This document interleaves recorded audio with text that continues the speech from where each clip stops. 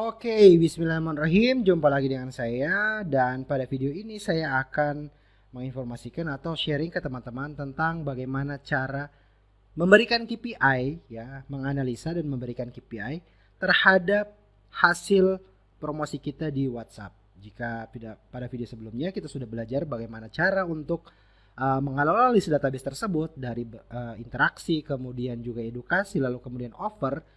Nah, sekarang kita akan menganalisa dan mengukur hasil dari pekerjaan kita tersebut berdasarkan KPI. Jadi, sangat penting ketika kita menggunakan KPI sehingga nanti aktivitas yang kita lakukan itu bisa terukur. Kita bisa menganalisanya gitu ya. Ketika kita ingin menganalisanya, maka dibutuhkan sebuah data. Jadi data ini sangat penting dan yang akan kita gunakan untuk sebagai bahan analisa dan evaluasi tentang kesuksesan kita terhadap aktivitas WhatsApp marketing ya. Jadi ketika analisanya tidak sesuai target, maka kita tahu di mana letak kesalahannya, di mana letak yang harus kita perbaiki. Oke, kita akan masuk pada KPI konversi ya. Jadi seperti yang saya katakan tadi ya seperti pada video sebelumnya. Jadi dari 3 tahap ya. Jadi dari 3 tahap ini, dari interaksi, edukasi dan offer, itu kita punya KPI masing-masing. Nah, ini KPI yang akan saya sharing adalah KPI yang saya gunakan pada tim saya. Silakan Anda ATM atau silakan Anda rumuskan KPI untuk bisnis Anda masing-masing ya. Nah, di KPI saya di interaksi itu minimal dia harus ada 80% interaksinya.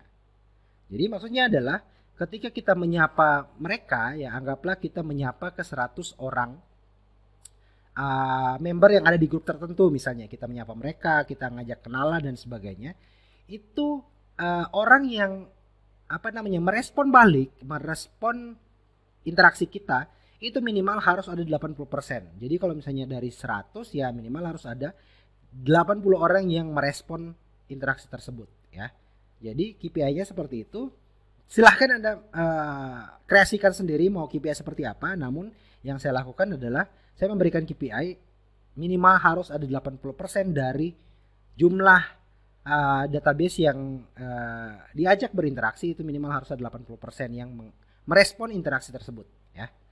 Nah, di edukasi kita minimal harus ada 50%.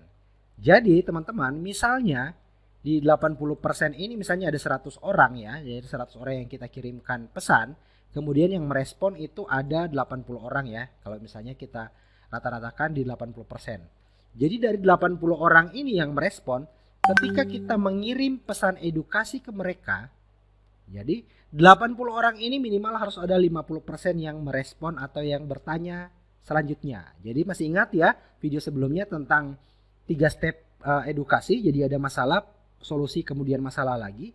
Nah, di step pertama itu ketika kita memberikan sebuah masalah, itu minimal harus ada 50% dari total yang kita kirimi pesan itu yang merespon balik, yang bertanya tentang solusinya, yang bertanya atau konsultasi dan sebagainya tentang bahan edukasi yang kita buat ya. Seperti itu. Jadi kalau misalnya dari 80 orang, minimal dia harus ada 40 orang yang merespon ya teman-teman, yang merespon harus ada 40 orang gitu ya. Nah, dari 40 orang ini ketika kita mengirimkan offer ke mereka, itu minimal harus ada 10% yang closing. Artinya mengambil penawaran kita itu harus ada 80 orang. Yang mengambil penawaran produk penetrasi kita atau produk paling murah yang kita tawarkan itu minimal harus ada 10%. Jadi kalau misalnya dari 40% yang kita tawarkan ya minimal harus ada berapa ya? 8 ya. Jadi 8 orang. Jadi harus ada 8 orang yang closing, yang mengambil produk penetrasi yang kita tawarkan atau promo yang kita sampaikan ke mereka itu harus ada 10%.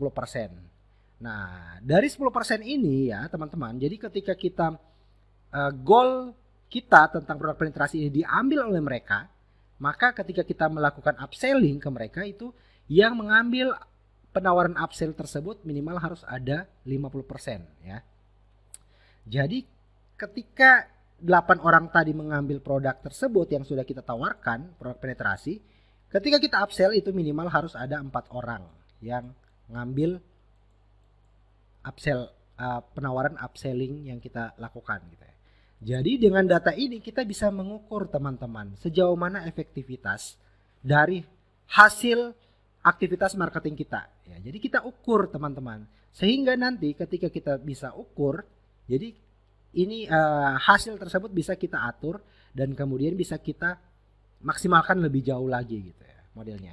Nah ini adalah KPI yang saya terapkan pada tim saya. Silakan Anda ATM KPI ini Anda pun bisa juga mungkin memodifikasi dengan bisnis Anda masing-masing gitu. Yang jelas punya saya seperti ini gitu modelnya. Saya berikan contoh seperti yang sering saya lakukan gitu. Anda silakan